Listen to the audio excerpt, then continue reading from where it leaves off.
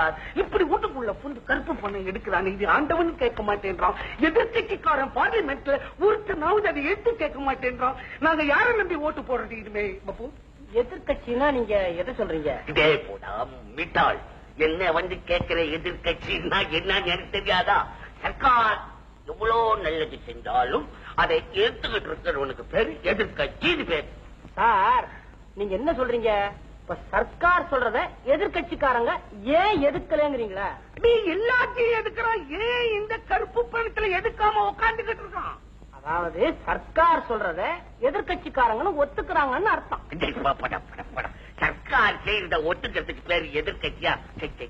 என்ன பேச்சு பேசுறேடா பப்பூன். அப்போ நீ என்ன நினைக்கிற? உழைச்சி எங்களை சாப்பிட சொல்றியா? உழைச்சி சாப்பிட்டு எவனாவது உருப்பிட்டு இருக்கானா? அவன் ஏதாவது பணம் சேர்க்க முடியுமா?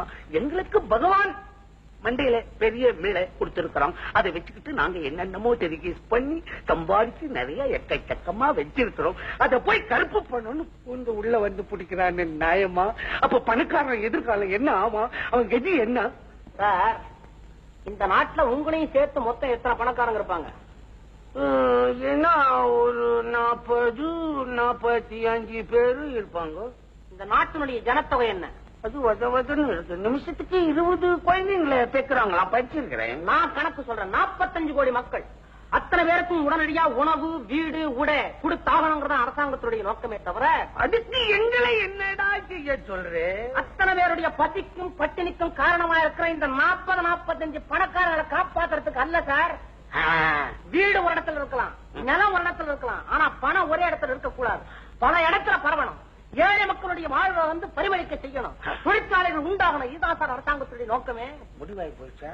பாருங்க, அரிசி கிடைக்கிறாங்கிறதுக்கு ஜனங்களே உள்ள புகுந்து எடுத்துட்டு போனாங்கல்ல, அதே தப்பு இந்த பண விஷயத்துல ஏற்பட்ட கூடாதுங்கிறதுனாலதான் அரசாங்கமே உங்களுக்கு பாதுகாப்பா இந்த ஏற்பாடு செஞ்சு வச்சிருக்கு. என்னமோ பாதுகாப்புன்னு நீ சொல்ற. இது ரிஷிகள் பிறந்த நாடு, முனிவர்கள் பிறந்த நாடு. கருப்பு பணத்தை யாரும் தொடக்கூடாது. அதான் நான் சொல்லுவேன்.